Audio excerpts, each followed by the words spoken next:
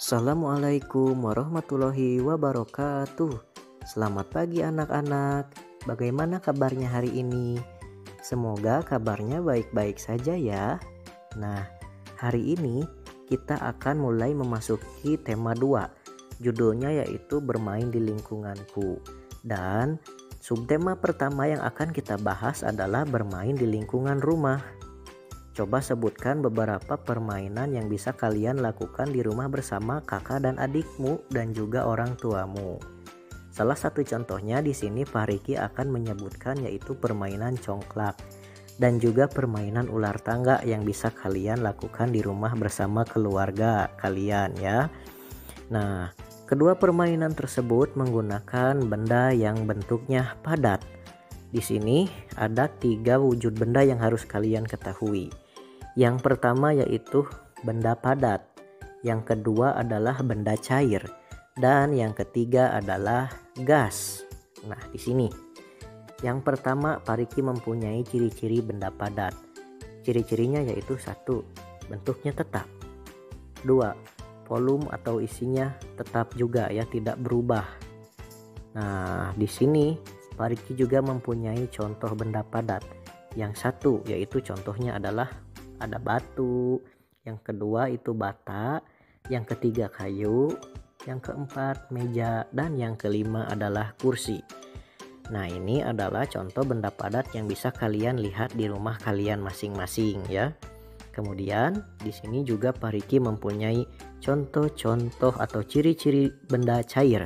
Yang pertama, ciri benda cair adalah dapat mengikuti bentuk wadah yang dia tempati. Artinya, ketika kalian menyimpan air ke dalam gelas, bentuknya akan tetap seperti tempatnya, yaitu seperti gelas, tidak akan berubah seperti mangkok ya anak-anak.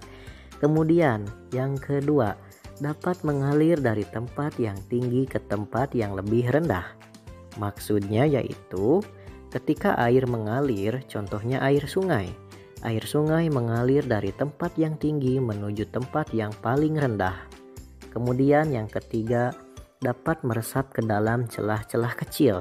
Sebagai contoh nih, ketika kalian bermain hujan-hujanan, maka air akan meresap ke dalam baju kalian melalui celah-celah kecil sehingga tubuh kalian akan menjadi basah kuyup karena air tersebut masuk melalui celah-celah kecil di baju kalian. Yang keempat, permukaannya tenang dan berbentuk datar. Kita perhatikan air yang ada di dalam gelas.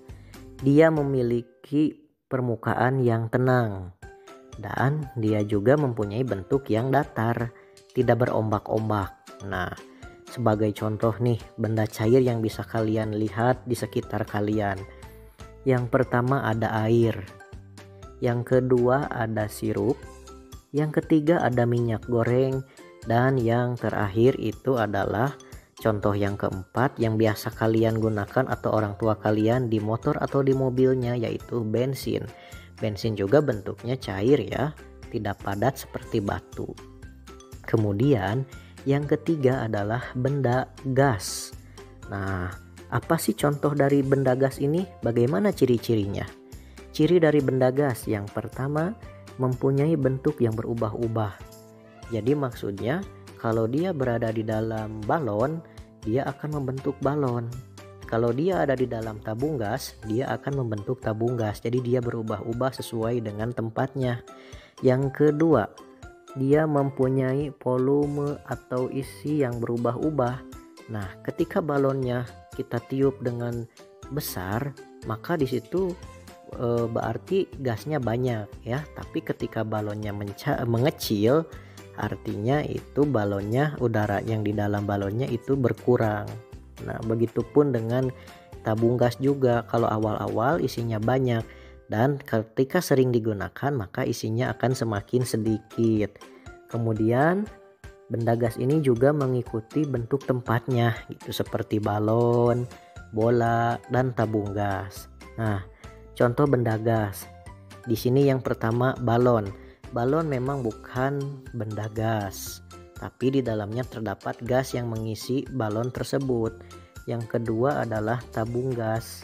Sama, tabung gas juga bukan benda gas, tapi di dalamnya terdapat angin atau gas yang mengisi tabung tersebut. Kemudian ada angin, ada asap, dan lain-lain. Setelah kita mempelajari wujud benda, ciri-ciri benda, dan contoh dari benda-benda tersebut, sekarang Pak Riki mau bertanya, apakah di antara kalian ada yang hafal dengan lagu Ampar-Ampar Pisang? Alhamdulillah. Yuk kita sama-sama nyanyikan lagu Ampar-Ampar Pisang.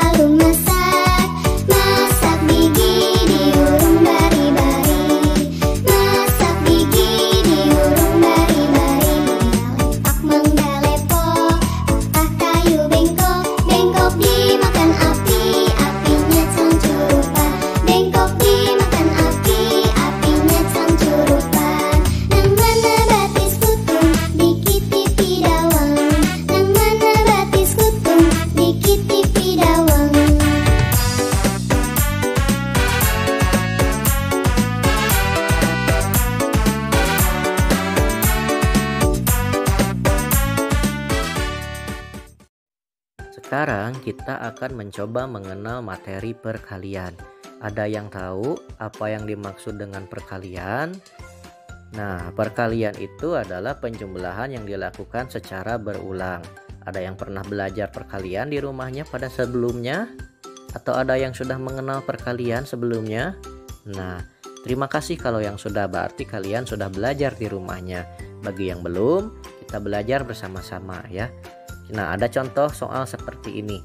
2 dikali 2. Bagaimana sih cara mengerjakannya kalau soal seperti ini? Kita ubah dulu ke dalam bentuk penjumlahan ya.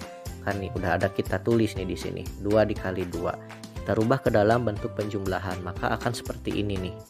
Di bawahnya yaitu 2 ditambah 2. Berapakah hasil 2 ditambah 2? Iya, pintar. Hasil 2 ditambah 2 adalah 4. Maka 2 dikali 2 hasilnya adalah 4. Sama dengan jawaban yang di bawah?